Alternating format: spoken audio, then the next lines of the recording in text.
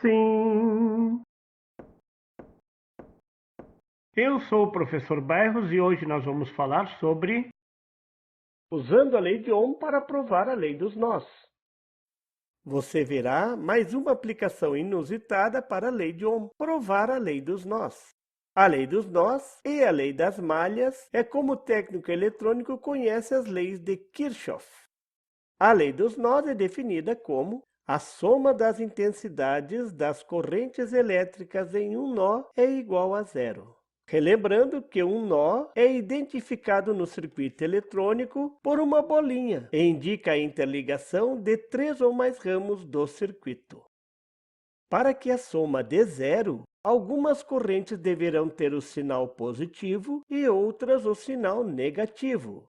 A convenção mais usada é que as correntes que entram no nó recebam o sinal positivo e as correntes que saem do nó recebam o sinal negativo. Assim, existe uma segunda maneira de definir a lei dos nós. Esta é mais popular entre os técnicos de eletrônica e eletricidade. A soma das intensidades das correntes elétricas que entram em um nó é igual à soma das intensidades das correntes elétricas que saem deste nó. A lei dos nós é particularmente útil quando você conhece todas as correntes em um nó, menos uma. Veja o exemplo no nó da figura. Neste nó, você pode ver que está entrando a corrente 1 de 10 amperes. Está saindo a corrente 2 de 8 amperes. Você saberia dizer qual a intensidade da corrente 3 que está saindo também? Colocando na equação, colocando de um lado a corrente que está entrando, I1 igual, e do outro lado da igualdade, a soma das correntes que estão saindo, I2 mais I3. Substituindo os valores, I1 é igual a 10 amperes, I2 é igual a 8 amperes, I3 você não conhece. Esta é a nossa pergunta. Para responder à pergunta, isole 3 nesta equação. Para isto, passe 2 para o outro lado da igualdade, trocando a operação. I1 menos I2 é igual a I3. Resolvendo, I3 igual a 2 amperes. Muito fácil! Qualquer criança brinca e se diverte.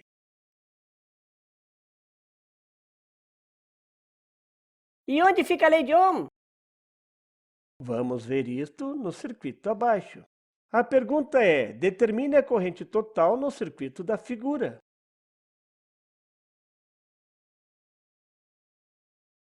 Observe que a corrente total está desenhada no circuito. É a corrente que sai da fonte e o sentido está correto, saindo do polo positivo em direção ao polo negativo. Este é o sentido teórico usado na eletrônica. Vamos resolver usando a lei de Ohm. Primeiro passo, reduzir o circuito a uma fonte e uma resistência equivalente. Nesse caso, fica fácil calcular a resistência equivalente. Só tem duas resistências e elas estão em paralelo. Relembrando, para saber se duas resistências estão em paralelo, você traça um caminho passando pelas duas resistências. Se este caminho só passa pelas duas resistências e estas resistências compartilham dois nós, então as resistências estão em paralelo. Lembrando que o sinal de terra é considerado um nó, é um supernó. Agora é só aplicar a fórmula prática para determinar o paralelo. Resistência equivalente é igual a R1 multiplicada por R2 dividido por R1 mais R2. Substituindo os valores, R1 é igual a 30 ohm, R2 igual a 6 ohm. O produto de 6 vezes 30 é igual a 180. A soma de 30 mais 6 é igual a 36. Dividindo 180 por 30, o resultado é 5 ohm. Pronto! Agora é só desenhar o circuito reduzido. A fonte V1 de 60 volts e a resistência RE de 5 ohm. Falta calcular a corrente total IT. Para calcular a corrente total, vamos usar a lei de Ohm na resistência RE. A equação da corrente na lei de Ohm é igual à tensão dividida pela resistência. A resistência é a resistência equivalente RE. Neste caso, a tensão na resistência é igual à tensão da fonte V1. A resistência e a fonte estão em paralelo. Substituindo os valores, V1 é igual a 60 volts. Resistência equivalente RE é igual a 5 ohm. Calculando, 60 dividido por 5 é igual a 12 amperes. A corrente total é igual a 12 amperes. Veja agora como a lei dos nós poderia encurtar esse cálculo. Você pode usar a lei de Ohm para determinar a corrente na resistência R1. Vamos chamar essa corrente de I1. Vamos desenhar essa corrente no circuito. Como R1 está em paralelo com a fonte, a tensão sobre a resistência R1 é igual à tensão da fonte.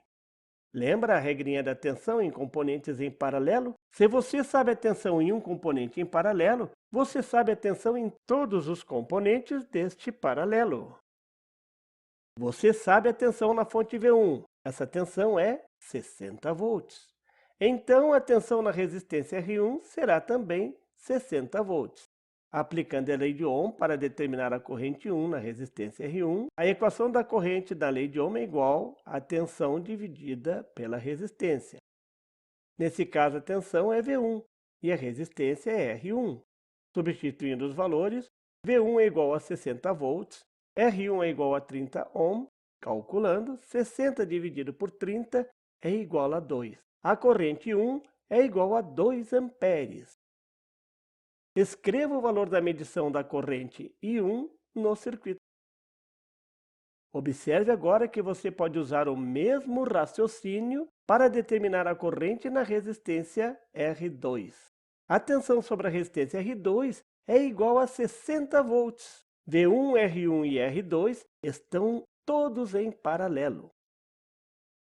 Vamos aplicar a lei de Ohm para determinar a corrente 2 na resistência R2. E 2 é igual a V1 dividido por R2. Substituindo os valores, I2 é igual a 60 volts dividido por 6 ohm. Calculando, I2 é igual a 10 amperes. Escreva este valor na medição de corrente 2 no circuito.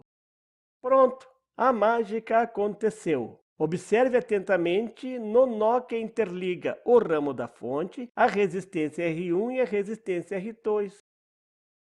Observe a seta com o sentido da corrente. I total está entrando no nó. I1 está saindo do nó. I2 também está saindo do nó. Escreva agora a equação da lei dos nós. A corrente total que está entrando é igual à soma das correntes I1 de 2 amperes mais I2 de 10 amperes. Corrente total é igual a 2 amperes mais 10 amperes, 12 amperes.